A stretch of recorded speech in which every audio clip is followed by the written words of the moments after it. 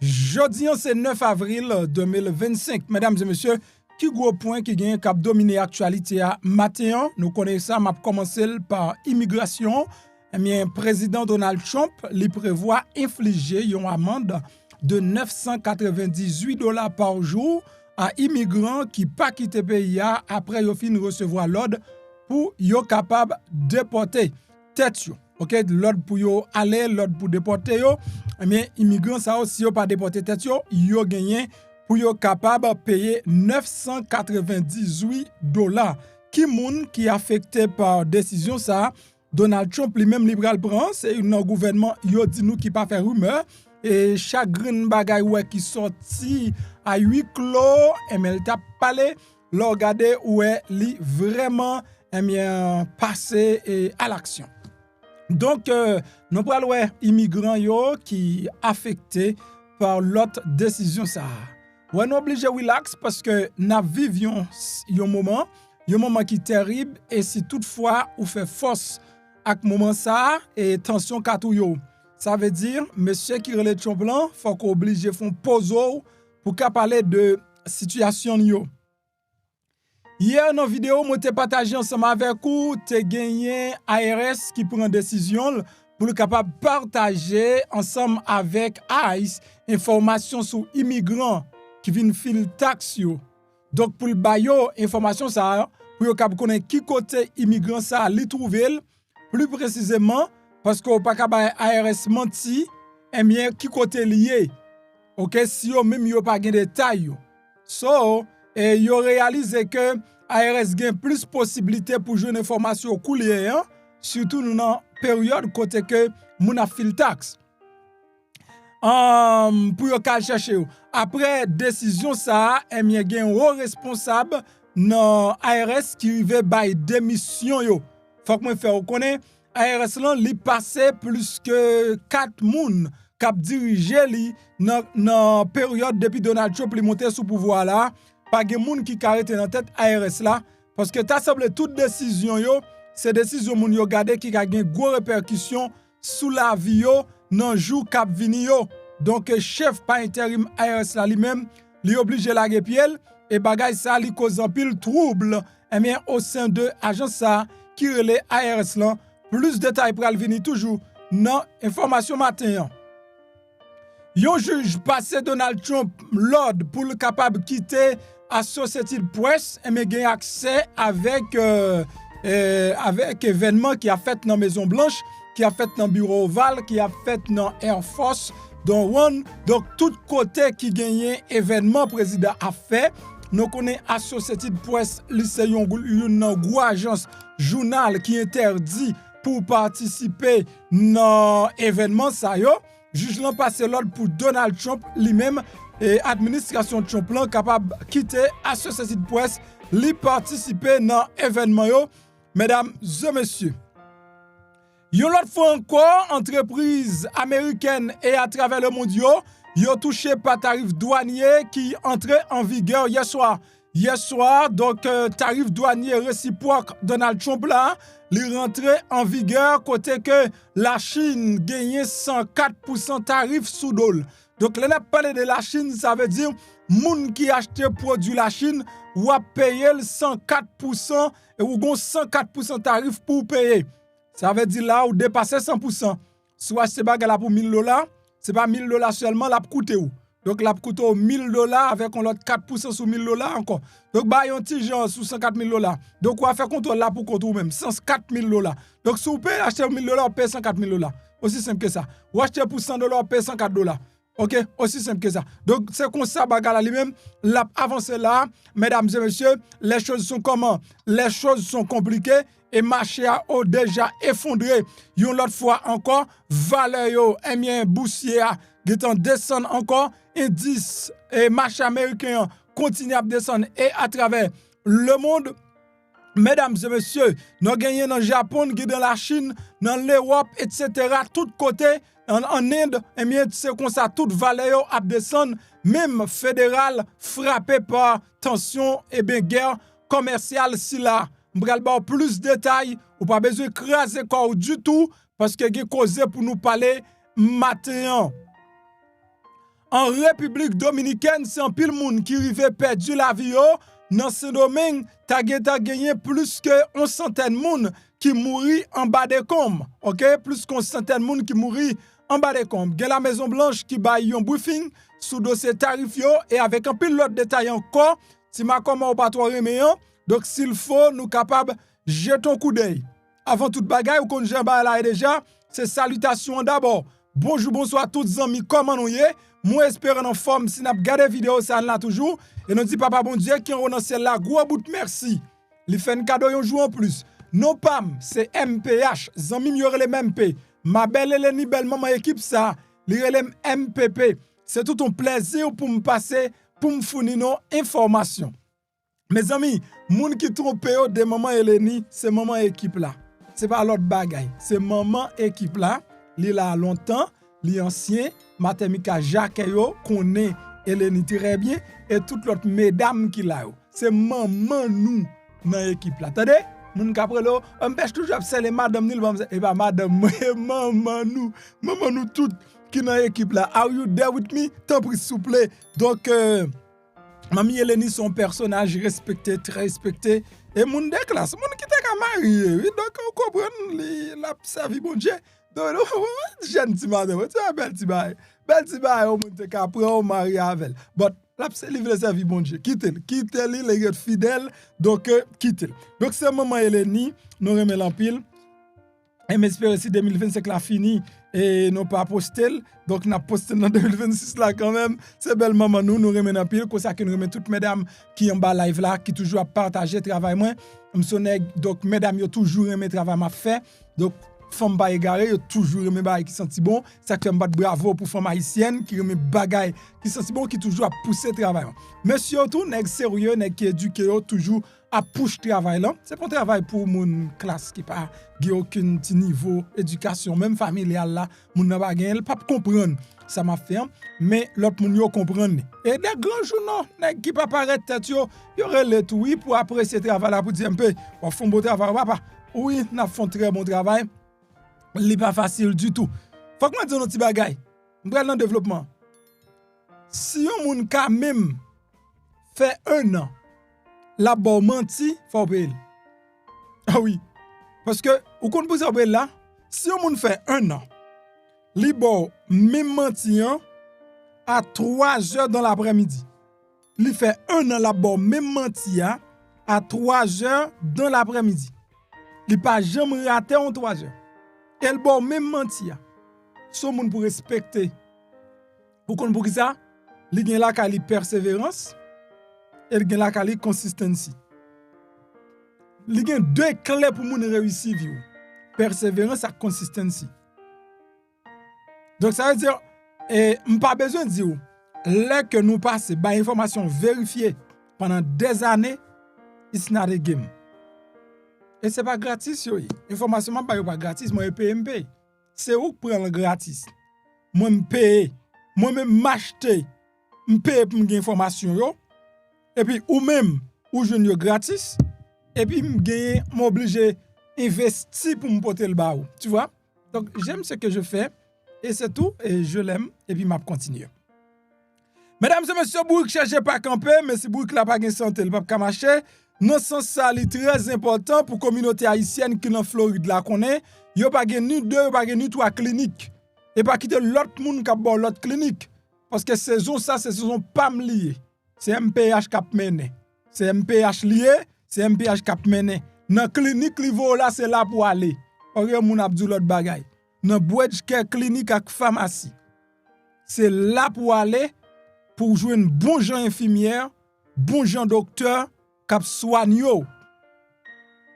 Yo même dit si nèg la fait madame ni fait manger pour grand messi, a fait d'afi un boulet plus mbral. Et le soir, les oreilles ou mettre en bas tête ou coucher dormi, ou l'hôpital ou vini, ou te marié sur l'hôpital. Donc, ou pas qu'à service. Mesdames, ça yo, infirmière, docteur, pas mesdames, non. Donc, il y avait d'eau. C'est pas pratique qui a fait le fait, ou qu'a vraiment. C'est théorie seulement qu'a fait. Pratique la madame mariée, c'est où qu'a fait. Le monde n'a passé dans Bridge Care clinique avec pharmacie. Sérieux, Sinon, m'a pris parce que je suis nèg béni et que je suis toujours content. Malgré tout ça Donald Trump fait, il n'y a pas qu'à mettre tristesse dans le cœur, mesdames et messieurs. Prends adresse là et puis prends chaise ou chita, tant d'informations. Ah oui, il y a espoir pour jouer une guérison grâce à Bridgecare Clinique et Pharmacie. Ou même qui pas contre quand on prale, non chercher un bon docteur, un bon pharmacien qui parle langue ou paie al kay docteur parce qu'on pas d'assurance, eh ben Bridgecare Clinique et Pharmacie viennent dire par étape souffrir. Quel que soit problème ou gagne tant coup, diabète, tension, problème peau ou besoin pas de poids ou même garçon qui pas carré mettre rien sous cabane ou pas qu'à camper ou pas qu'à durer ou gain faiblesse qui voulait pour toi aller, Bridgecare Clinique et Pharmacie, c'est solution à guérison avec des docteurs compétents, qualifiés, bourrés et expérience. Dans Bridgecare Clinique et Pharmacie, ou avez médicaments à bas prix. Ou pas qu'un transport, y a porté médicaments devant porte la caillou gratis tichiri. Qui soit tant pour rejoindre Bridgecare Clinique et Pharmacie. Relez-nous Kounia dans numéro ça 561 615 67. N'a redit encore 561 615 67. Bridgecare Clinique et Pharmacie, Ch'takol. Dans 3631 West Woolbright Road Bolton Beach, Florida, tout près Cassé Market là. Bridgecare Clinique et Pharmacie, c'est piscine guérison là.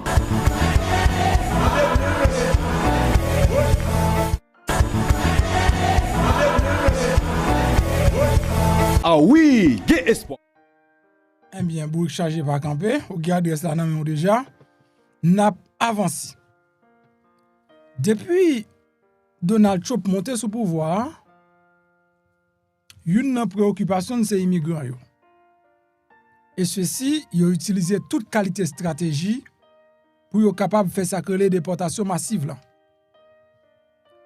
Déportation massive là, on peut le monde mal comprendre ni pensant que Donald Trump t'a venu et mettre la main dans la rue, marcher frapper porte Kaimoun, mais on dirait c'est pas ça que fait. Ils ont utilisé stratégie pour eux même qui plus facile là, c'est garder comment ils ont fait immigrants déporter tête yo. Et c'est ça que fait chaque fois ils ont passé, ils ont fait une série de menaces. Menaces ça yo, c'est pour ça courir quitter pays plus vite que possible. Mais menace ça yo, li pousse moun qui pi ancien yo parler et faire connaître président pas ni premier, li pas ni dernier président, li pas seul président qui continue faire des rhétoriques comme ça. Et c'est pas lui même seulement. Il y a une équipe expert qui derrière le président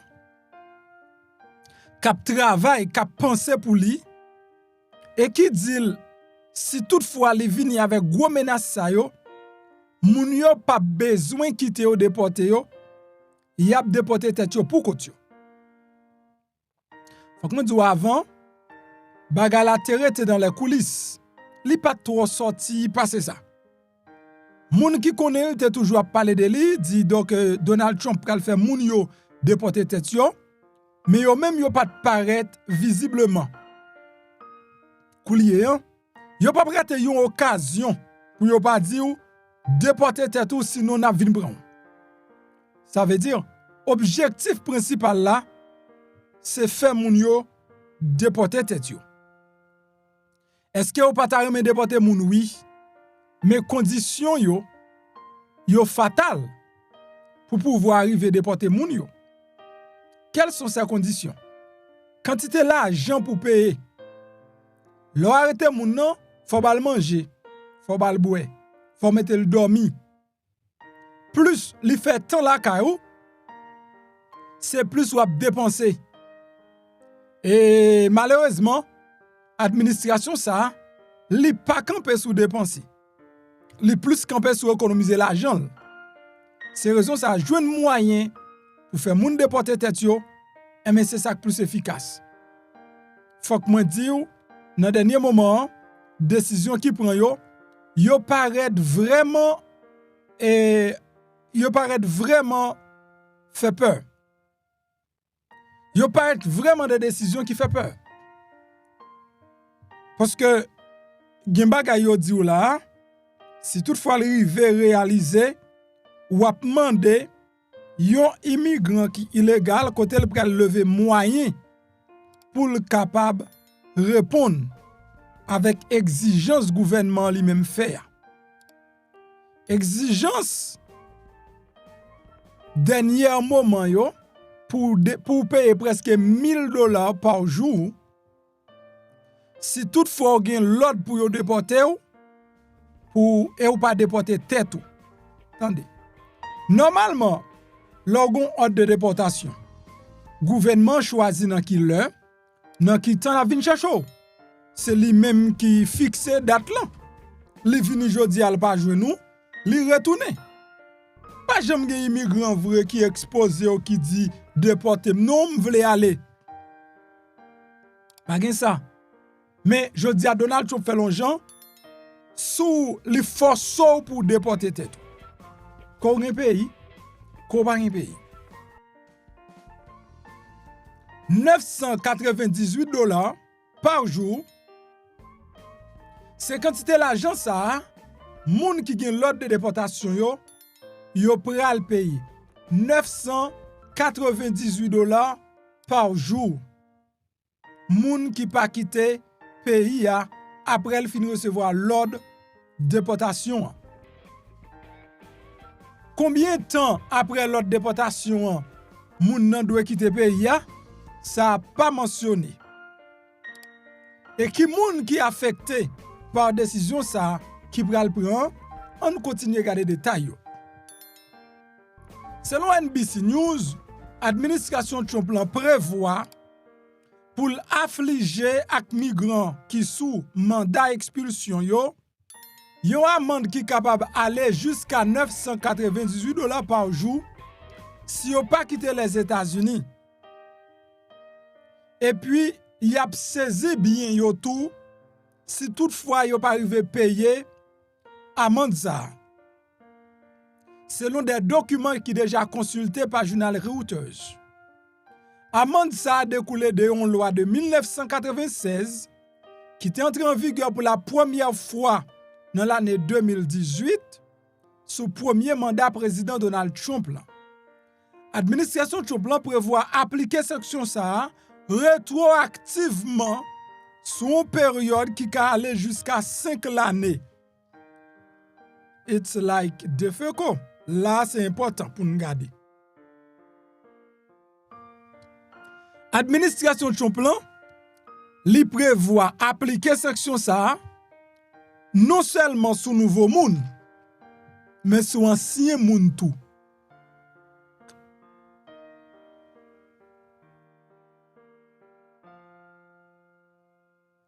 Li mande pour boire de l'eau.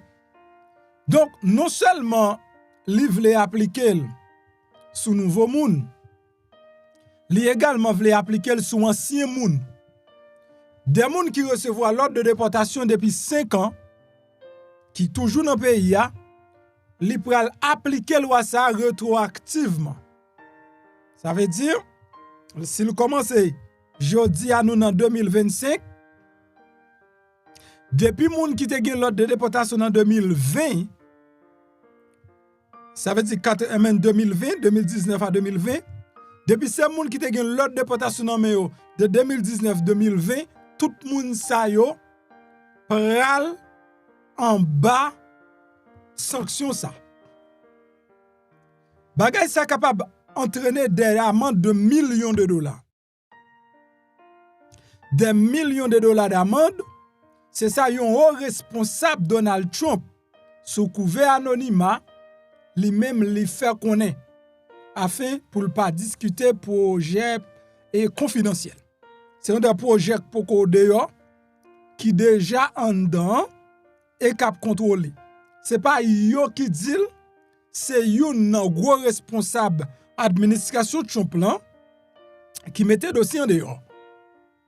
Jusqu'à $998 et l'a couvrir en période de 5 ans rétroactivement. Ça veut dire ancien monde qui gagne l'ordre de déportation depuis 2000 2020 2019 moun sa yo pral payer $990 ça par jour. C'est pas par mois, non? Par jour. Par jour. On dit que un monde qui fait 5 ans dans le pays. C'est-à-dire, il y a un pile monde qui gagne l'ordre de déportation depuis 5 ans. Là, c'est 365 jours. N'a multiplié par 5 ans, donc par 5, ça va 1825 jours. Ok, moun a 5 ans dans le pays, ça veut dire qu'il y a 1825 jours. 1825 jours, n'a multiplié par 998, li bon un total de multiplication normale faite. 365 jours, ça c'est une année. Et multiplié par 5 années, c'est ça? Multiplié par 5. Il y a moins 1825. Non, il va bon. Un gaz, bon. Il y a 365 jours en année, mais ça le pas moins. Or, il va 1825. 1825. OK? 1825. Multiplié par 998. Ah, c'est qu'on y a album bagala. Li presque bon 2 millions de dollars. Un monde qui gagne 5 ans dans pays, yon monde qui gagne 5 ans dans pays, et automatiquement qui gagne 5 ans, qui gagne l'ordre de déportation qui gagne 5 ans, automatiquement décision ça li rentre en application. Moun sa doit l'État américain 1 821 350 $. 1 821 350 $, c'est comme immigrant illégal qui te recevoir l'ordre de déportation gagné pour payer. Pas oublier, immigrant ça pas de autorisation de travail non men. Yo cancel tout bagay, yo cancel autorisation de travail et tout. C'est immigrant qui fait quelques petits travail donc black job pour yo capable de petit cob yo. Mais yo pas c'est pas des moun qui travaillent sous table, moun qui travaillent en bas table. Pas moun qui légal qui fait bel cob. Mais moun ça gen pour payer 1 821 $. 1 821 350 $ pour une période de 5 ans. Et ou même, à partir des jours où recevoir l'ordre de déportation, tout jour fait ou pas aller, ou à payer 998 $. Si vous faites 10 jours en plus, ou à me souffler, ou que vous donne 9 000 $. OK? Si vous faites 10 jours en plus, comment 9 000 $? Ou presque 10 000 $. Yeah. 10 jours en plus, 9 980 $. 9 980 $, si ça fait 10 jours en plus. Donc, est-ce qu'on fait comme ça dans 10 jours? Ça, c'est où qu'on est. Jusqu'à 5 ans, ça est capable d'entraîner des amendes de plus de millions de $. C'est ça, au responsable lui-même le déclarer. Administration Chopla a envisagé également saisir bien moun sa yo. Okay? Saisir les biens immigrants sa yo. Si toutefois immigrants yo pas payé salaire là, administration Donald Chopla a saisi bien yo. Li ka saisi kay yo, li ka saisi machine yo, saisi business yo, saisi tout ça yo te possédé comme bien pour yo capable toucher l'argent immigrant doué illégal dans pays ya. Ou à payer sol américain 998 $ soirée. C'est pas n'importe qui hôtel petit. 998 $ par soirée, c'est son gros hôtel 5 étoiles. Et même dans Paradise Island, c'est pas tout chambre hôtel qui coûte prix ça, 1 000 $ par jour. Et ça va le payer. En réponse à question reouteuse, porte-parole département sécurité intérieure des États-Unis qui c'est Tricia McLaughlin, lui fait connaître que non communiqué que immigration situation illégale aux États-Unis, les immigrants qui ont situation illégale aux États-Unis, yo ta doué quitter pays plus vite que possible et il fait qu'on ait une application qui est le CBP Home.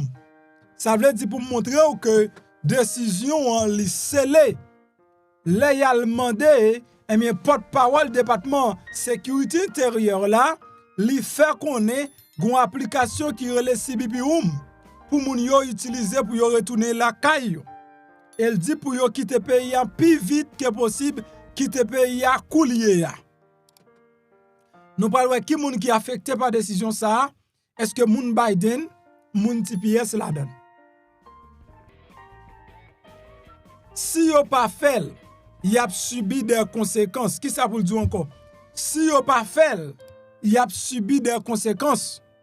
C'est ça porte-parole là fait qu'on est. Et dans conséquence ça on là dans une amende de $998 par jour pour chaque jour moun sans papier dépasser durée de séjour autorisé par l'arrêt expulsion définitif. Là, les vins compliqué. Parce que moun qui rentre dans Biden qui pas fait rien l'autre bagaille pour rester dans le pays jusqu'à 24 avril moun sa rien légal. Et notification moun sa recevoir li servi Donald Trump comme l'ordre de déportation que moun sa gen jusqu'à 24 avril pour yo déporter tête yo. Normalement ordre de déportation c'est juge la doit baili. Mais gouvernement ça c'est lui même qui justice là. Li fa fait Jean le vle, Jean le décidé. Pas oublier que li get acheté coup justice là pour lui et jodi a nous la Cour suprême puis au niveau justice dans pays c'est lui même c'est bon côté Donald Trump li campé. Ça veut dire Donald Trump c'est l'état. Nous gen jusqu'à 24 avril pour nous déporter tête nous. Si nous pas fait asile politique, nous pas marié, nous pas fait TPS, nous pas fait jusqu'à 24 avril. Ça veut dire que à partir de 24 avril, moun qui pas déporté tête yo pral commencer de $998. Si me bien comprendre, on pas dit ça pour me faire que casser, mais c'est vérité à ça. DHS te mette en garde contre amende ça yo dans une publication sur les réseaux sociaux le 31 mars. Il y a des courriels qui étaient examinés par Reuters qui montraient que la Maison Blanche lui fait pression sur les douanes, protection des frontières américaines pour que te gérer question sanctions, saisie de biens pour les migrants qui pas payé et la vente de leurs biens. Attendez bien.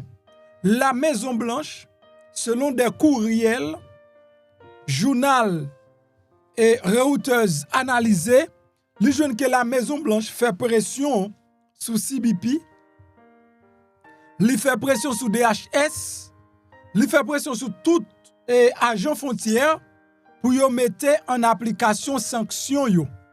Pas oublier président Donald Trump pas vle moun faire bouche li long, automatiquement dit on bagay c'est mettre en application et bien monsieur amande moun yo appliquer sanction yo rapide. Saisi bien yo, vendre bien yo pour nous toucher. Président Trump lui-même dans dossier l'argent petit garçon gen les même moun s'il joine la vendre pour le faire comme m'poko jamais nègre remet l'argent comme ça moi même non garçon pas ka remet l'argent dans niveau ça non garçon doit remet faire comme mais remet l'argent dans niveau là c'est grave. Mais les États-Unis a dirigé par une monde qui plus remet l'argent sur la terre. Président Donald Trump a lancé une vaste campagne de répression de l'immigration. De son entrée en fonction en janvier, l'a testé les limites de la législation américaine pour le cap multiplier arrestation et expulsion. Amende qui prévoit viser 1,4 million de migrants. OK? 1,4 million de migrants dont expulsion était ordonnée par un juge de l'immigration. C'est très important pour que nous notions ça. Pour que nous notions ça, eh bien, c'est 1,4 million d'immigrants que juge immigration by l'ordre pour déporter pour quitter le pays. c'est eux même qui pral subir sanction ça.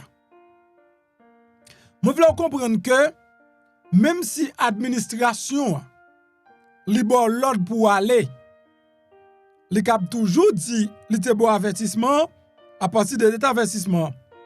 Moi dit samedi pas sous base légale mais sous base de façon moins Jean Donald Trump lui-même l'a fonctionné. OK? Jean moi Donald Trump lui-même l'a fonctionné moi senti que mesdames et messieurs moi senti Donald Trump ka prend n'importe qui décision. Donald Trump ka prend n'importe qui décision pour dire que il t'a averti moun yo pour que moun yo même yo te quitter pays. Mais son juge qui pour bon l'ordre pour quitter pays. Son juge. Le commando yo voye avertissement ça, yo ka contester devant tribunal. Ou ka présenter asile politique. Ou ka montrer peur ou gagner pour retourner dans le pays là. Et comme ça, mesdames et messieurs, li très important, je ne dis pas pour nous connaître, pas fait être nos illusions, pas fait être pas trop peur, mais pas à l'action également, il y a plus couverture légale que possible dans le gouvernement ça. Il y a plus couverture légale que possible dans le gouvernement ça. Moi, je dis c'est un juge qui peut bailler l'autre déportation pour ça, loi ça t'a respecté, mais en même temps, Donald Trump même fait papier le voie baoua, c'est nèg qui pour dire ou territoire avertissement depuis l'avertissement nous appliqué. Pendant le premier mandat de Donald Trump là, il était invoqué loi 1996 ça pour te infliger des amendes de plusieurs centaines de milliers de dollars à 9 migrants qui cherchaient refuge dans des églises. L'administration te annulé les sanctions ça yo. Mais ensuite, il était infligé amende sous plus légère, environ 60 000 dollars par personne, à au moins 4 migrants, selon des archives judiciaires. Le président Joe Biden, l'el monté sous pouvoir, il était éliminé amende ça, il était annulé, et il demandait tout pour moun te capable de contester amende devant le tribunal. Il te fait connaître. Objectif là c'est pas de vraiment faire respecter la loi mais c'est projeter la peur dans la communauté c'est ça et c'est ça bien li déclaré c'est pas la loi Donald Trump voulait faire respecter mais Donald Trump lui-même livre pour moun capable gon peur qui envahit et pour quitter pays c'est ça Biden te dit. Mais je dis comme Noël, c'est action qu'a posé. La saisie d'actifs proposés contre migrants qui pas conforme à l'ordre d'expulsion définitif là, capable de un pacte sous citoyens américains ou bien résidents permanents dans foyer yo. Parce que gen des migrants qui pas vivre pour compte li. La vivre avec un citoyen américain, mais soit saisi bien ou ka saisi bien citoyen américain tout dans sens ça. Le groupe de défense immigration FWD.US qui estime que environ 10 millions de migrants sans statut légal ni protection temporaire et qui vivent avec des citoyens américains ou bien des résidents permanents dans sanrelé des ménages à statut mixte. C'est lourd d'amende, sont capables de toucher des immigrants à faible revenu. Une analyse des données du récent 2019 réalisée par Migration Policy Institute, un organisme non partisan, lui révèle que 26% des ménages comptant des immigrants sans papier ont des revenus inférieurs au seuil de pauvreté fédérale. Donc là, bagage ça va affecter en pile monde. Et malheureusement, j'aime te dire au commencement, est-ce que moun yo gen l'argent ça plus que 2 millions de dollars pour que ou capable payer comme amende pour yo pas arriver de Porto. Donc c'est un peu bon un peu, ba non tout. Mais grand point qui ça m'a dit là jodi a, moun qui gen l'ordre de déportation pas gen trop réchappe pour yo. Si gen l'ordre de déportation, pas gen trop bagay ou ka fait l'orgon l'ordre de déportation. OK? Donc ça veut dire l'orgon l'ordre de déportation qui sont ka fait ou ka chercher un avocat, garder si vous capable de suivre, retirer l'ordre de déportation pour c'est ça ka fait. Sou gagné TPS coulier ou gon l'autre statut légal nan men ou te gen l'ordre de déportation et m'encourager tout le monde qui te gen ou un avocat, garder comment ka mette dossier à la justice qui l'autre recours ou ka utiliser pour pas passer en bas sanction Donald Trump là. Moi ça sous sanction m'relel $998 par jour. Donc pays a tout non l'enfer pour moun qui illégal. On l'enfer pour moun qui pas gen papier nan men yo et franchement c'est drôle. Et ça, il y a un spécialiste a dit, une série d'experts a dit hier, les États-Unis devenus donc pas saleté du tout. En pile moun te remis États-Unis pour éducation, yo vinn là-dedans, qu'on y a yo lagé sans visa. Ça veut dire en pile étudiant qui t'a vinn étudier États-Unis, yo repensé dossier yo pas rentrer encore, yo préféré aller en Angleterre, yo préféré aller en France, yo préféré aller l'autre côté au lieu que yo vinn États-Unis et puis toute avenue en jeu. OK? Ou pas joindre l'Espagne pour recevoir en pile nan yo, la France, l'Angleterre, etc. pour recevoir en pile nan yo au lieu que yo vini États-Unis. À cause de président Donald Trump qui vient avec un paquet de principes, etc. Mais du coup ici c'est pour moun qui légal, moun qui pas gen papier, eh bien yo croisé avec vraiment une mauvaise situation. Toujours gouvernement ça a fait parler de lui, il a fait parler de lui dans une façon que moun pas jamais parler de lui avant. Donc vinn pas gen protection des données, pas oublier que dans chaque grande institution aller aussi un document pour yo respecter données pour yo pas partager données avec moun. OK, ouais c'est ça fait que les relais ou yo relais yo faut tendel, est-ce qu'on d'accord pour yo partager données avec moun? Et ARS qui a une responsabilité pour recevoir information moun pour kembe yo safe et mais jodi a non jeune ARS prend information moun li partager avec Donald Trump pour Donald Trump qui arrêter immigrant. Ça c'est notre dernière limite situation t'est arrivé. Et bah ça li cause problème, li cause regradé dans ARS obligé bay vague parce que lui-même li pas ka vivre tension ça. Le départ du chef par intérim ARS aggravé les troubles au sein de l'agence. Que la commissaire par intérim de ARS Mélanie Croze li prévoit pour le bay vague. Donc nan jou k'ap vini yo la yo. C'est ça des moun qui au courant de décision li même li yo déclaré qui prolongeait une période extraordinaire de troubles au sein de Internal Revenue Service alors que l'administration Trump li réduit et remodelé l'agence là. Donc évolution ça a venu en semaine avant date limite déclaration revenu particulier yo qui en pleine période d'activité actuellement, ARS en pleine période d'activité, en pile travail. Et bien décision ça a venu tout après que responsable ARS yo finalement d'accord avec ICE pour yo bay ICE information sur immigrants pour yo capable river à arrêter immigration ça. Yon bagay qui te nécessité des semaines de négociation.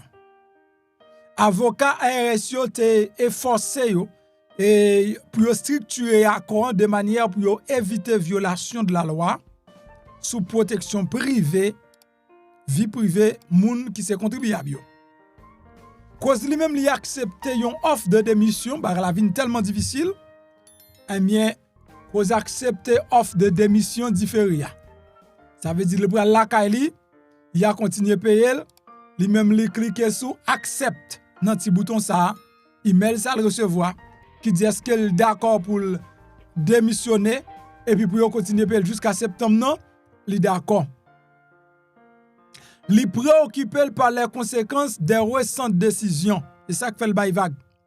Donc, en pile moun intelligent, yo pense que retenir institution, prend information personnelle, contribuable yo, bay ICE, bagay sa kamè, léon l'autre gouvernement vient monter, bagay sa kamè non en prison à vie.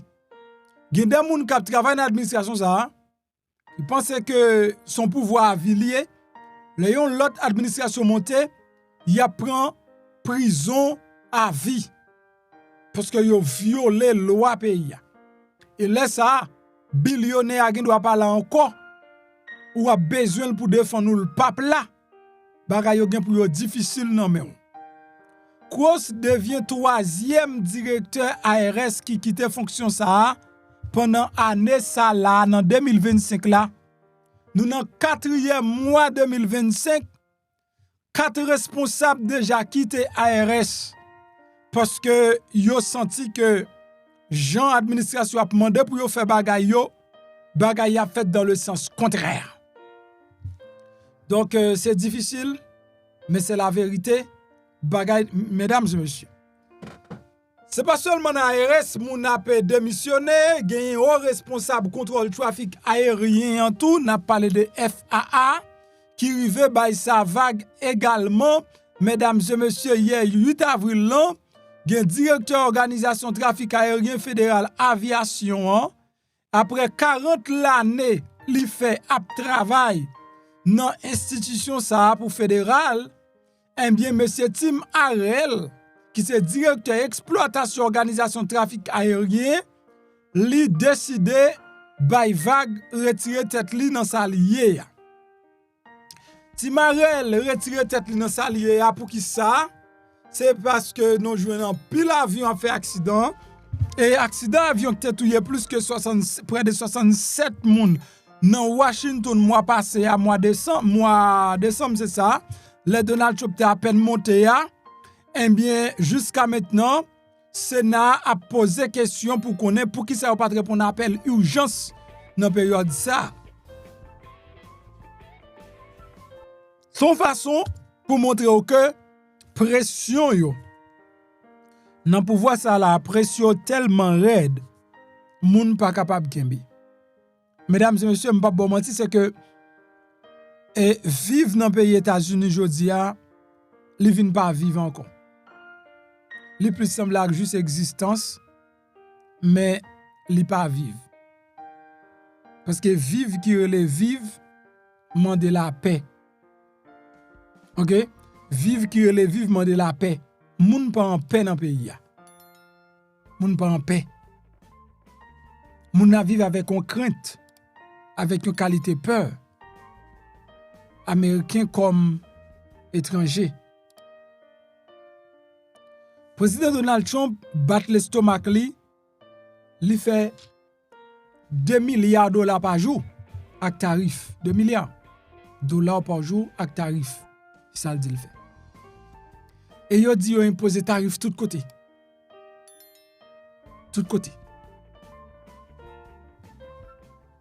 Partisan lui bat bravo, l'el dit li impose 104% tarif sous produit qui sorti la Chine. Li très important pour président expliquer ces produits qui sorti la Chine.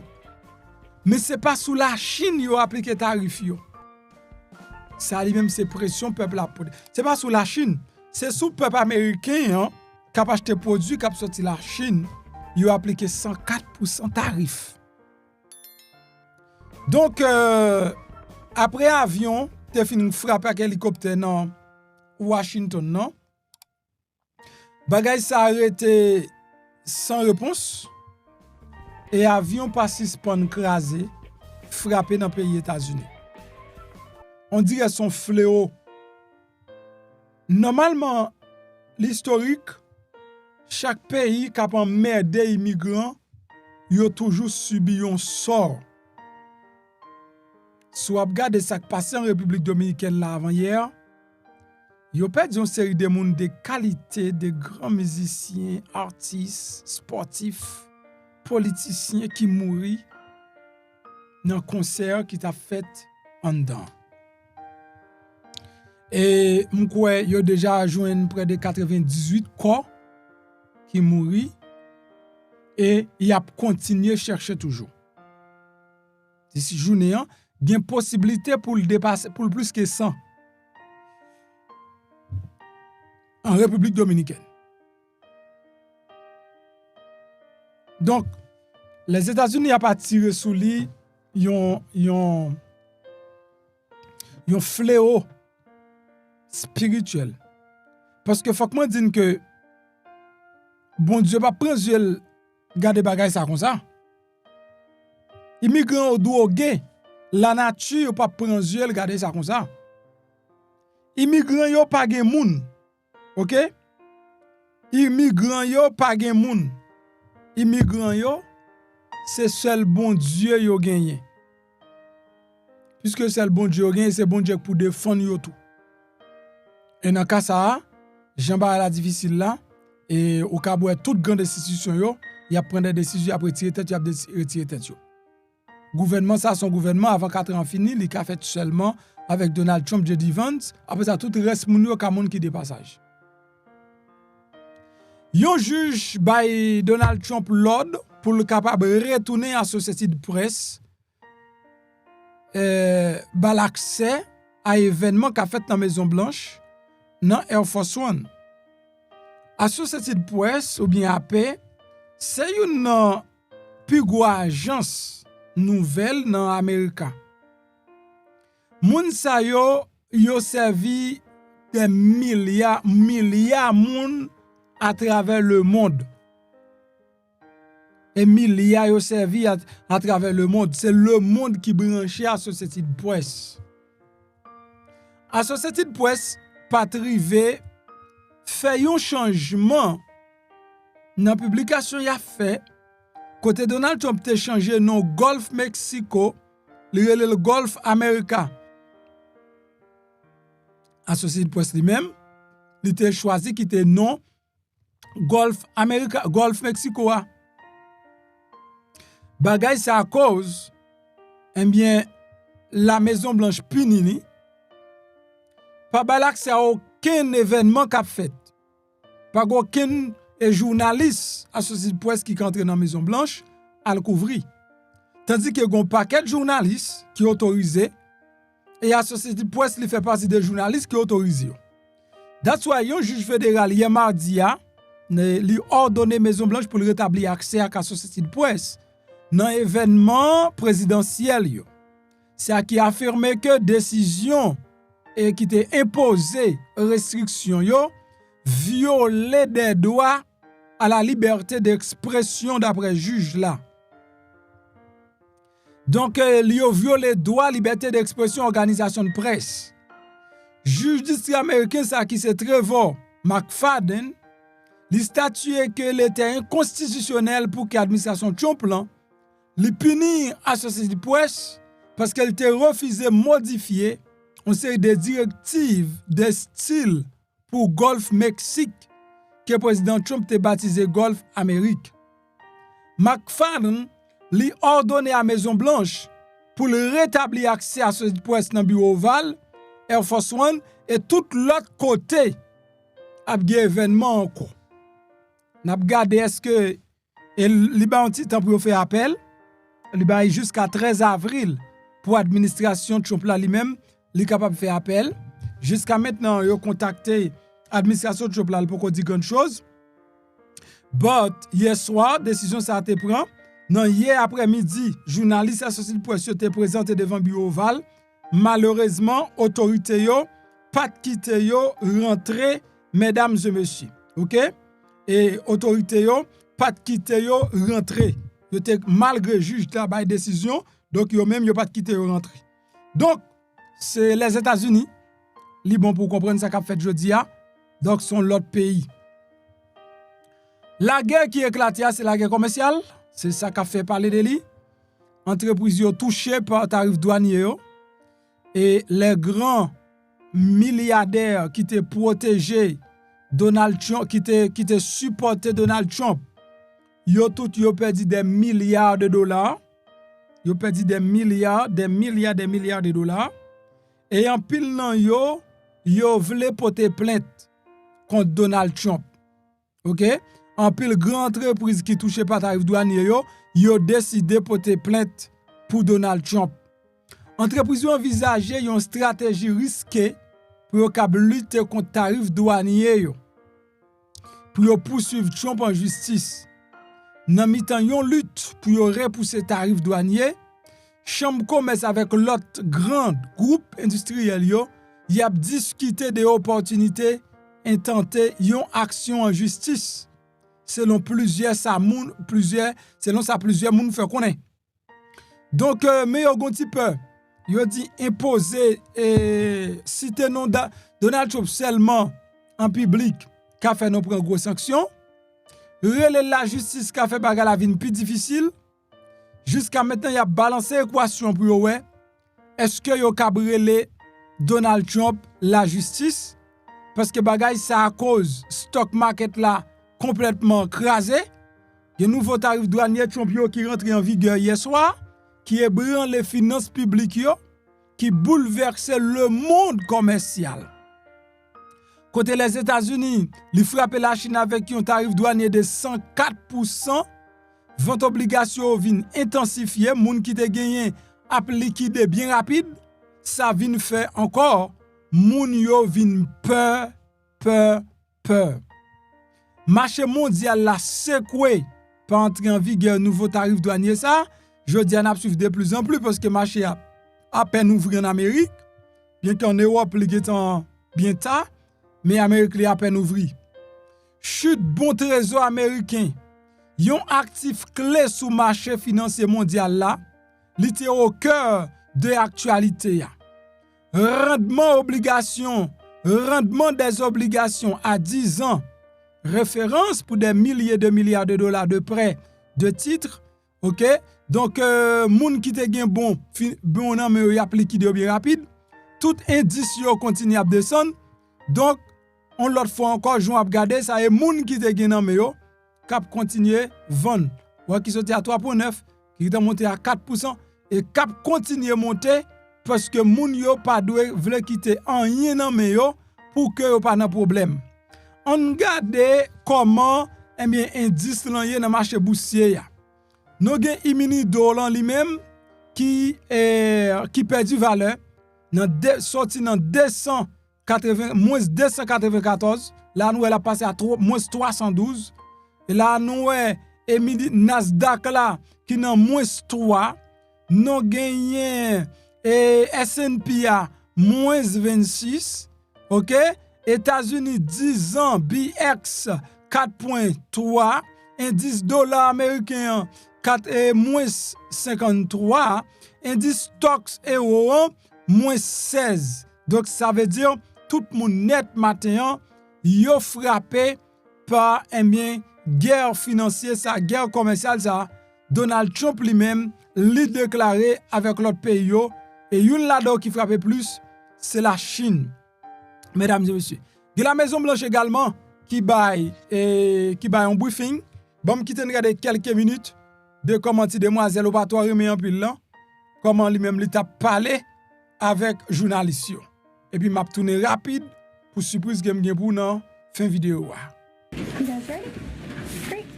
Good afternoon, everybody. How are we? Good to see you all.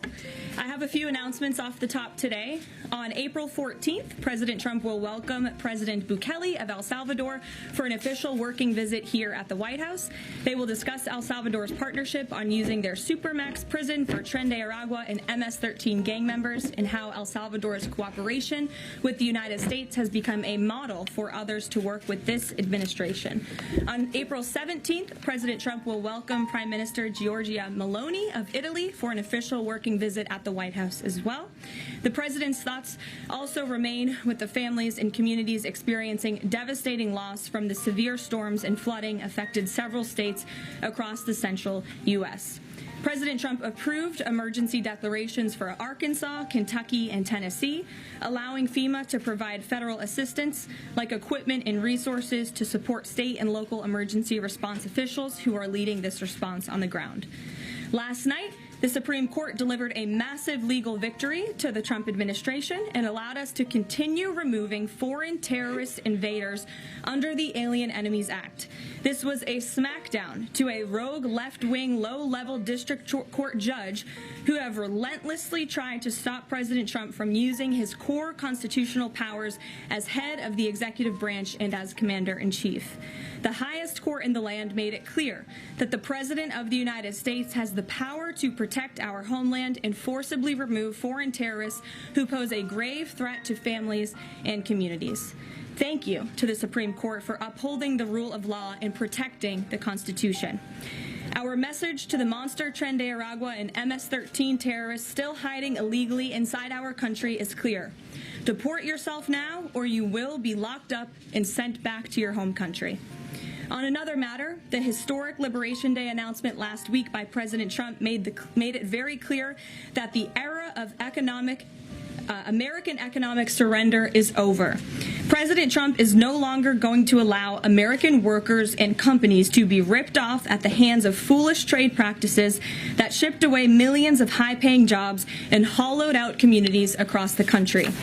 It's America first, all the way. And despite fear-mongering by the media, the world is clearly responding to President Trump's approach. Just yesterday, President Trump held a bilateral meeting with Israeli Prime Minister Benjamin Netanyahu here at the White House. The Prime Minister pledged to immediately eliminate America's trade deficit with Israel and remove their trade barriers. Israel's proactive approach should serve as a model for the rest of the world. Also yesterday, the president spoke with Japan's prime minister, who wants to negotiate as well. The president also spoke to the acting president of South Korea this morning. He has tasked Secretary Bessent and U.S. Trade Representative Jamieson Greer to lead these talks. In total, since the Liberation Day announcement, nearly 70 countries have already reached out to the president to begin a negotiation. Countries are falling over themselves to reform their unfair trade practices and free open their markets to our country. Why? Because these countries greatly respect President Trump in the sheer power of the American market. These countries realize they've gotten filthy rich over the past few decades by imposing substantial tariffs on American-made products and ridiculous non-monetary barriers to block out American industry. The jig is up. Past American presidents sat by and let this happen, but President Trump stood up for our country, and he is saying no more. The president's message has been simple and consistent from the beginning. To countries around the world, bring us your best offers, and he will listen. Deals will only be made if they benefit American workers and address our nation's crippling trade deficits. America does not need other countries as much as other countries need us, and President Trump knows this. He's going to use the leverage of our markets and our country to the advantage of the people he was sworn in to represent. On the other hand, countries like China, who have chosen to retaliate and try to double down on their mistreatment of American workers, are making a mistake. President Trump has a spine of steel, and he will not break, and America will not break under his leadership. He is guided by a firm belief that America must be able to produce essential goods for our own people and export them to the rest of the world. A strong America cannot be solely dependent on foreign countries for our food, medicines, and critical minerals. And America must always maintain a robust defense supply chain. Reprioritizing and strengthening our manufacturing industry are essential national and economic security issues of the utmost importance to President Trump. By focusing on supercharging the onshoring of American manufacturing, the president is already delivering on his promise to usher in an economic golden age for our country. Just look at Friday's jobs report, which smashed expectations for the second straight month. The American economy added 228,000 jobs, nearly 100,000 more jobs than economists predicted, and the fourth highest month for private payroll growth in the past 2 years. There was also a sharp increase in transportation, construction, and warehousing employment. And in just 11 weeks, President Trump has secured more than $1.5 trillion in private sector investment. This is $500 billion more than Joe Biden secured in his entire term. This record-breaking private sector investment will create roughly 350,000 American jobs and counting. If you add up all of the investment pledges from foreign governments, President Trump has secured an incredible $5 trillion in total investments already. In the months ahead, President Trump's pro-growth economic agenda will be fully realized. The largest deregulatory effort in American history is underway. Unnecessary, burdensome, costly red tape is being eliminated by this entire federal government every day, driving down costs and massively boosting small businesses. So far, President Trump's deregulation effort has already saved Americans more than $180 billion, equivalent to $2,100 per family of 4. The president's drill baby drill energy agenda, which he will discuss later this evening in the East Room, is capitalizing on the abundance of natural resources under our feet to generate more affordable electricity, cheap gas, and quality new jobs. All of this will combine to end the Biden-imposed cost of living crisis that's absolutely crushed American families. Under President Trump, the American energy industry will lead the globe over the next century, delivering lower prices and significantly strengthening our country's economic position. At the president's direction, Republicans in Congress are working quickly to pass one big, beautiful bill, which will also include the largest tax cut in American history. As President Trump has said, the House must pass this budget resolution quickly. Here in our new media seat today, we have Jasmine Wright, the White House reporter for Notice. Notice is a nonprofit and nonpartisan news site which launched in early 2024. They've gained millions of readers across the country since. The newsroom's goal is both to inform readers and train the next generation of politics and policy journalists. They also partner with state newsrooms and to give local communities more knowledge of what their representatives are doing in Washington, D.C. With that, please kick us off, Jasmine. Thanks so much, Caroline. A couple questions for you. The first one being, can you explain the White House's evolution from this is not a negotiation on tariffs to countries should pitch us and start negotiations on tariffs? Sure. As the president said yesterday, Jasmine, both things can be true at the same time. And it is a non-negotiable position that the United States has faced a national security and economic crisis because of the unfair trade practices by countries around the world. As for the president, I have maintained this position. The entire administration has always said that President Trump is willing to pick up the phone and talk.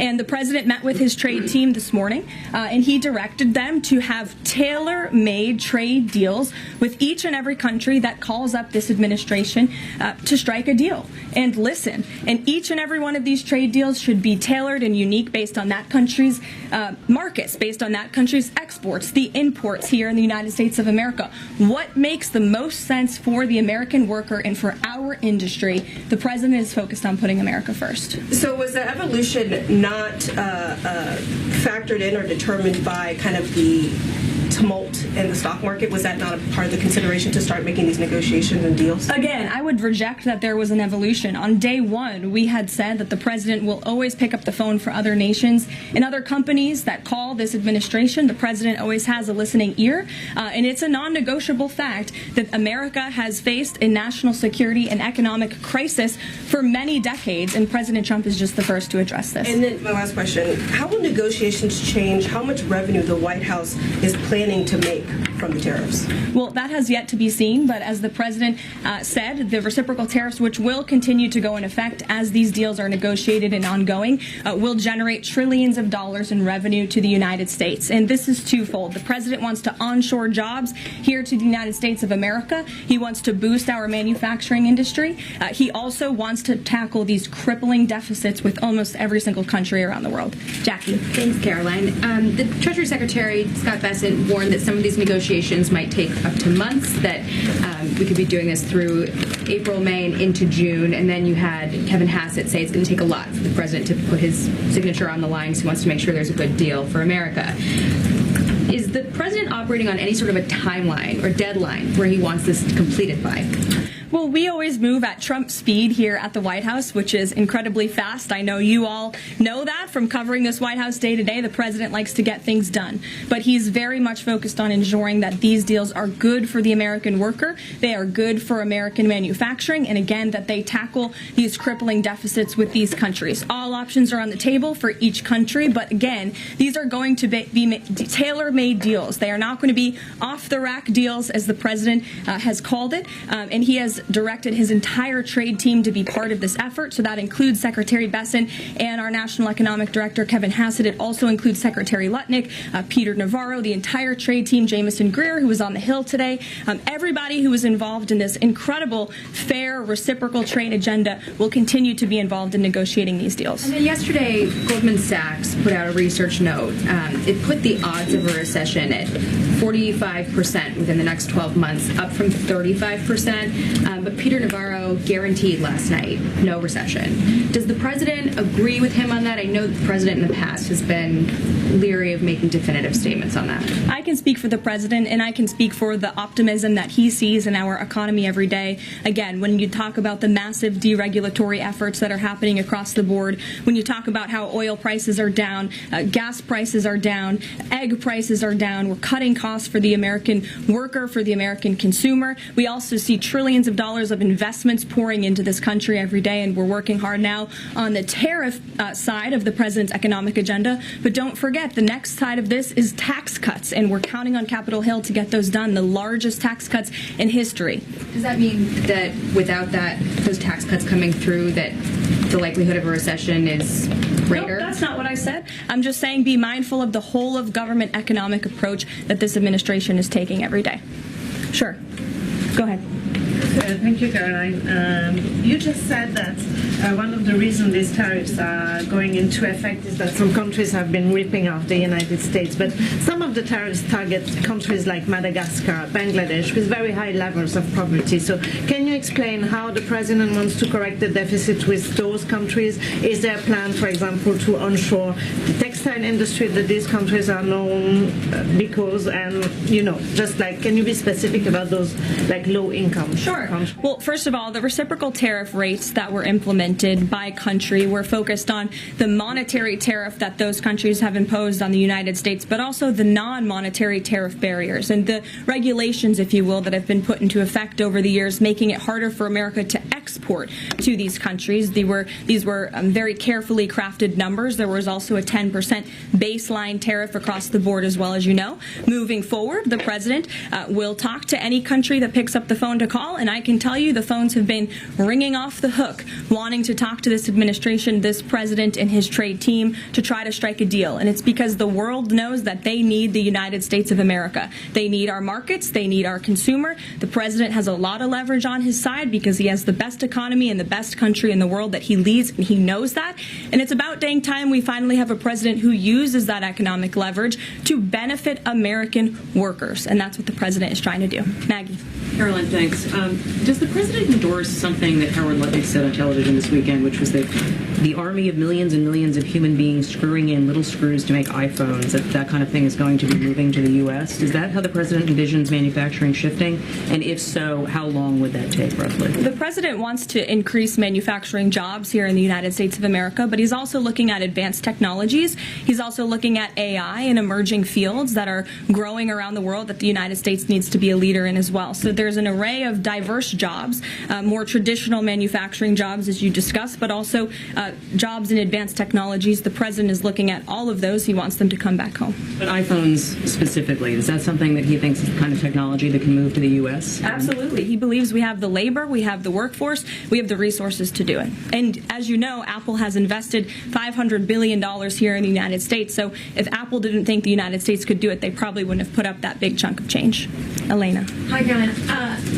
It's clear the president has gotten the world's attention with these tariffs.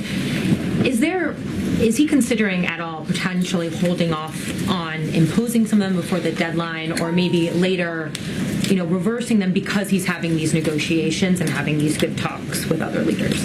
The president was asked and answered this yesterday. He said he's not considering an extension or a delay. I spoke to him before this briefing. That was not his mindset. He expects that these tariffs are going to go into effect. And you said something very important, Elena, in your question. You said the president has captivated the attention of the world. Absolutely, he has. And it's about time we have a president in the Oval Office who is putting the world on notice and is putting the American people first, and again, is using the leverage of the United States to negotiate good trade deals. Just a quick follow-up. There's been some public sparring between Elon Musk and the president's trade advisor, Peter Navarro, on some of these tariffs. Musk actually referred to Navarro today as being, quote, dumber than a sack of bricks. Are you at all, or is the administration, the president, at all concerned that this is maybe impacting the public's understanding of these tariffs? It might be messing with the message on it? No, look, these are obviously two individuals who have very different views on trade and on tariffs. Boys will be boys, and we will let their public sparring continue. And you guys should all be very grateful that we have the most transparent administration in history. And I think it also speaks to the president's willingness to hear from all sides, that he has people at the highest levels of this government in this White House who have very diverse opinions on very diverse issues, but the president takes all opinions in mind, and then he makes the best decision based on the best interests of the American public. Tiana. Thanks, Caroline. On Truth Social today, Trump was talking about one-stop shopping talks with foreign leaders, bringing leaders to the U.S., to Washington, and talking to them about tariffs, but also other topics. So is that part of his strategy to bring the leaders to Washington and trying to get deals, outside of tariffs on foreign policy issues as well? I think the president, again, is going to have a custom, tailor-made approach to each and every country. And if that means discussions of foreign aid, of our military presence in these countries, how those troops are paid for, come to the table, that could be part of the negotiation in these economic negotiations. But it's the president's economic team who will be leading these. These are tariff and trade negotiations. And yes, they will be one-stop shopping for each and every country. They will be, as the president said again, tailor-made, not off the rack, to each and every country based on America's needs. And can you confirm? How are you? Thank you so much, Kara from Lynn's LTV. So President Trump has designated Tren de Aragua as a foreign terrorist organization and deported its members while also moving to restrict Venezuela's oil exports. Is the administration preparing additional military or economic actions against Venezuela and the Maduro regime? And my second question is about Supreme Court Justice Amy Coney Barrett. Is the administration have a comment on her decision to go with the liberals and go actually with the Tren de Araguas? This is the same justice that actually sided against January 6th hostages last year. So is the administration have a comment? Are they disappointed in Supreme Court Justice Amy Coney Barrett? To your first question, I don't have any actions to read out in terms of Venezuela. The president has imposed secondary tariffs on the Maduro regime and on Venezuela in the form of oil, which is obviously going to have a crippling effect on the Maduro regime, and that's the intended effect of this administration. As for the justice you mentioned, as for the Supreme Court, we've made our feelings very clear. We believe this was a massive victory. Certainly, we wish this was a 9-0 decision because we firmly believe that the president was well within his constitutional authority, and the Supreme Court made that very clear last night, and they put Judge Boasberg in his place. We called on the Supreme Court to rein in these judges who are acting as judicial activists, not real arbiters of the truth and the law, and that's exactly what we saw the Supreme Court do yesterday. Christian. Thanks, Caroline. Now that the president's reciprocal tariffs are here, going into effect tomorrow, what's the status of the ERS? When will they actually start collecting revenue? And will that be nested under CBP or somewhere else entirely? It's something Secretary Lutnick has taken up, so I defer you to the Department of Commerce, but it's something that he and the president believe quite strongly in, and it's a promise that they intend to keep to the American people. Real quickly, can you explain why the president opted to send Secretary Hegseth to the dignified transfer last week instead of attending himself? Sure. The Secretary Hegseth was there to represent the administration. The president has expressed his condolences to these families, as have I from this podium. Shelby. Thank you. The president's trade representative this morning told senators that the president does not intend on carving out exemptions for products and companies when it comes to tariffs.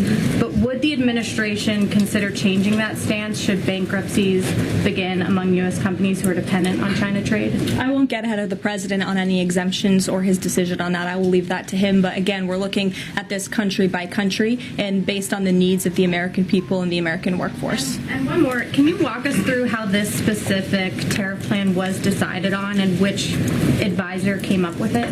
The reciprocal tariff plan? Yes. It was a plan that was discussed by the president's entire trade team over the course of many, many meetings, and the president ultimately decided on which way to go. A few proposals were given to the president. There was debate and discussion, and the president made his decision. And as you've seen very publicly, the entire trade team is on board with this plan and the negotiations that will ensue because of it. Sure. Caroline, on Iran, given what's going to be happening on Saturday, what exactly is the current administration doing to stop Iran's funds funding of terrorist aggression worldwide that the previous administration wasn't doing? Well, first of all, when it comes to Saturday, I won't get ahead of the president. He has said there will be direct talks with Iran on Saturday. I won't further any details from this podium for obvious reasons, security reasons. And we'll, provide an update as we always have. However, when it comes to Iran, the president has reimposed crippling sanctions on the Iranian regime, and he's made it very clear to Iran they have a choice to make. You can strike a deal with the president, you can negotiate, or there will be hell to pay. And as the president said yesterday, if they don't choose to move forward with diplomacy and a deal, which is the direction we do see them headed in, there will be grave consequences to pay. The back row.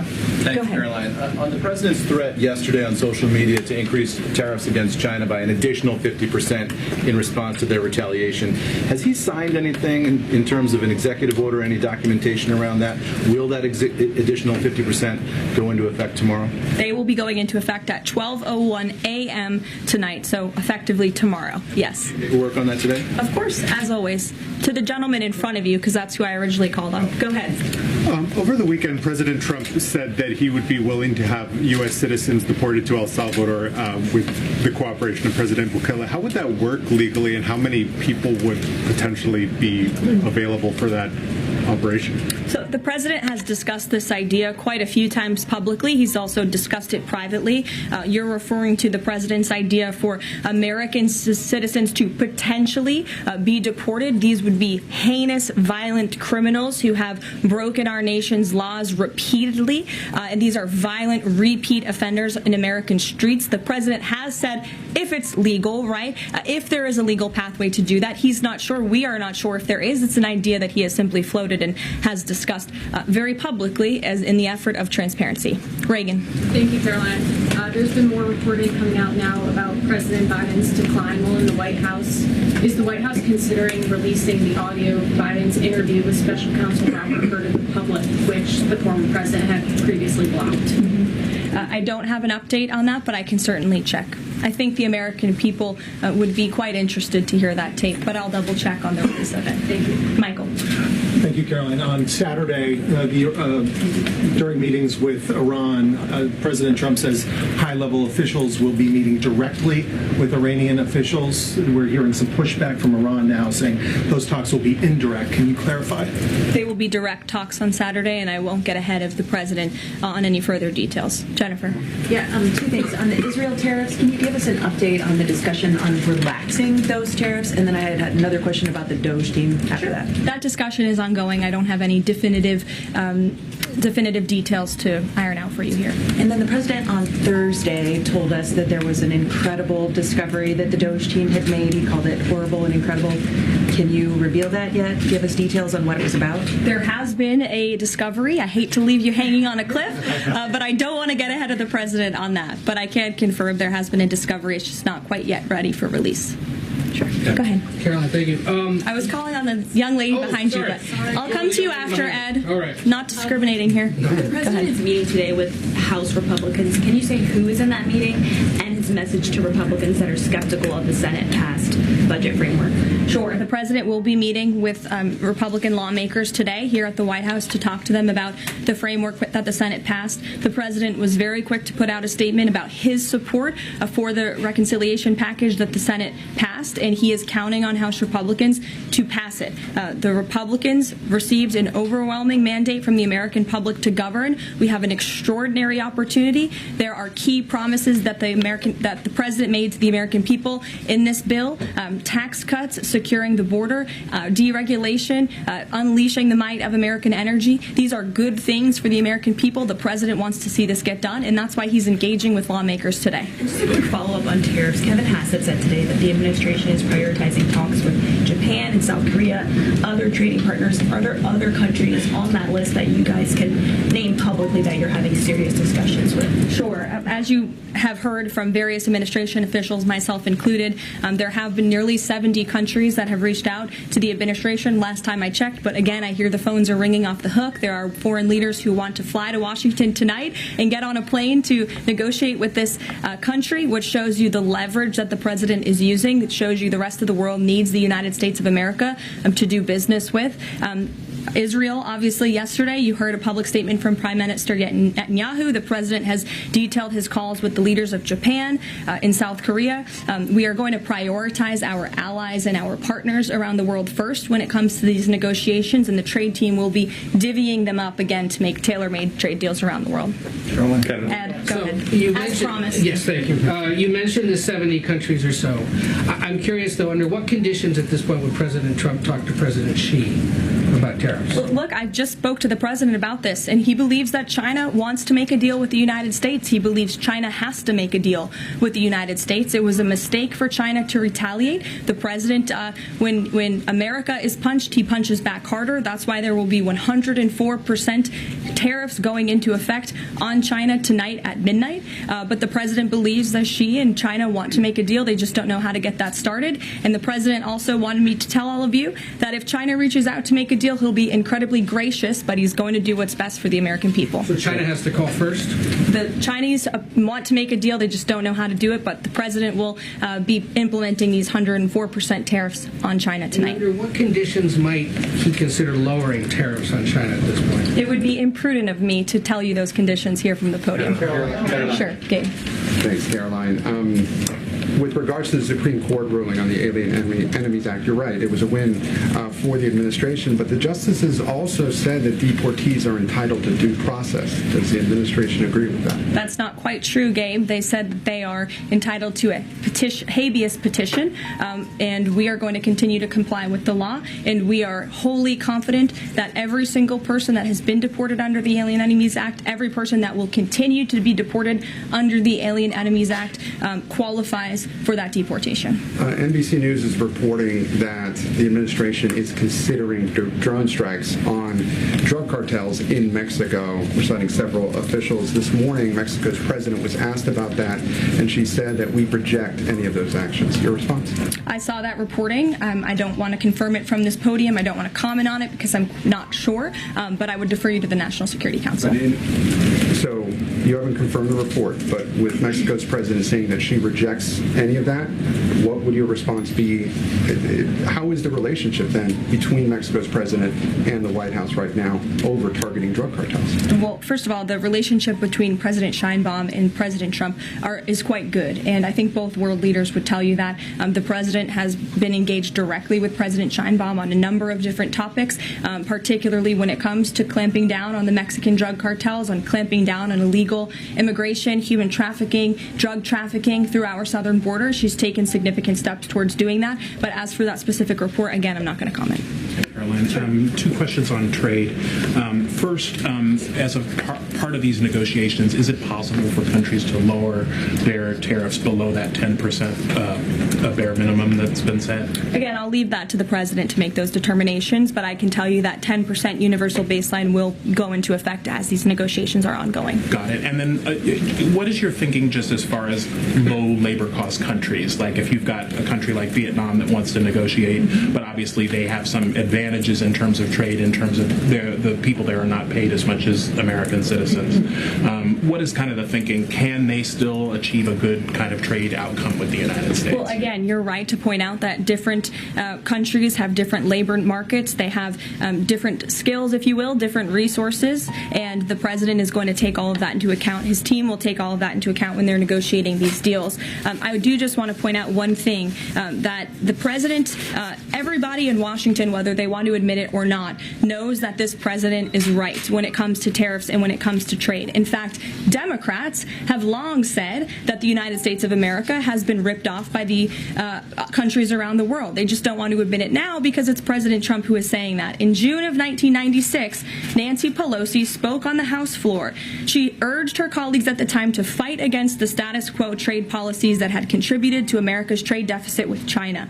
In fact, Nancy Pelosi said, how far does China have to go? How much more repression? How big a trade deficit? How many jobs have to be lost for the American workers? How much much dangerous proliferation has to exist before members of this House of Representatives will say, I will not endorse the status quo. Those are the words of Nancy Pelosi in 1996. Well, President Trump is finally answering her call 27 years later. Nancy Pelosi can thank President Trump today for the 104% retaliatory tariff that will be going into effect on China. In 2007, Chuck Schumer spoke of our nation's crippling trade deficit, saying these are the kinds of records the American people don't want us to be breaking. The administration needs to move beyond words, take action now to reverse a trend that threatens our prospects for future economic growth. And Chuck Schumer said that in 2007. Finally, in 2025, President Trump is taking action. Recently defeated Democrat Sherrod Brown said on deficits in 2012 that our deficit then at China had reached an all-time high, and it was on pace to recede last year's record. The trade deficit had cost American workers millions of jobs at the time. These are the words of Democrats years ago. It is about time America finally has a president who is taking action to restore those millions of jobs back to the United States of America, to boost our manufacturing industry. He's doing what's right for the American people. It will take a lot of labor. It will take a lot of effort. That's exactly what the American people elected this president to do. He will be talking about our energy agenda at 3 o'clock today over in the East Room, as you all know. He will be signing a bill to unleash the might of our beautiful, clean coal industry in this country. Je vais vous présenter trois huiles. C'est l'huile de désenvoûtement, l'huile de prospérité et l'huile fertilité. Trois huiles, ça c'est trois huiles qui sortent en Israël. Et faut que moi dire, nous ces derniers monde qui pas connaît l'huile ça a existé. Le monde entier déjà bail témoignage qui impacte l'huile ça a fait dans la vie. Donc, mais nous-mêmes nous sommes en retard, nous pas connaître. Moi-même, c'est pas un monde qui te réfère ni, je cap dire c'est la même qui te réfère ni.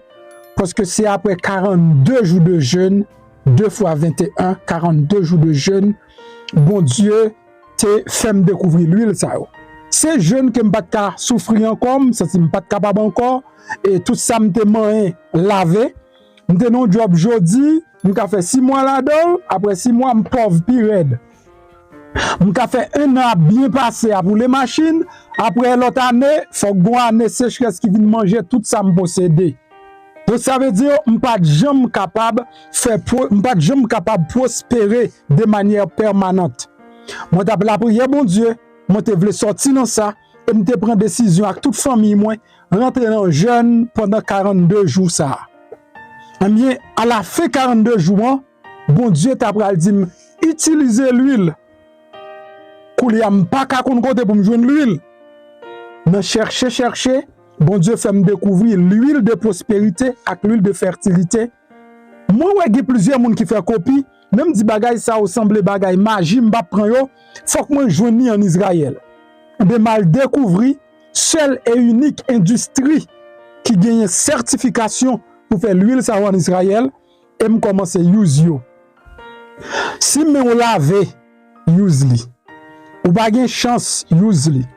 Ou gagne joke yo lage sou use li. Ou pas ka kembe kob use li. Comment? Eh bien, je commence à use l'huile ça yo. Depuis les am k'ap di yo, la vie me changer.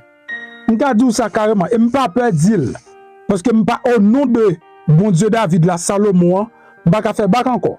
Au nom du Père, du Fils et du Saint-Esprit. Non, pas un bac. C'est avancé, n'a pas avancé. C'est à partir de là que je viens commencer et me reprendre sens la vie. Et une des plus gros bagaille, bon Dieu fait pour moi, ce sont des dômes qui ont bien longtemps. Je te perdu yo viennent retourner. Et m'kap di moi-même son petit crasse témoignage moi gagné, mais moun k'ap bay témoignage sur l'huile ça, donc son bagay tête chargée, yo bay comme témoignage. Moun qui était malade, bay témoignage yo. Alors m'pas prescrit moun ni m'pas conseiller moun utiliser, c'est pas prescription, m'pas conseiller moun utiliser comme un traitement, mais moun qui malade utiliser yo joine guérison parce que m'gen l'huile pour lui guérison à tout exprès.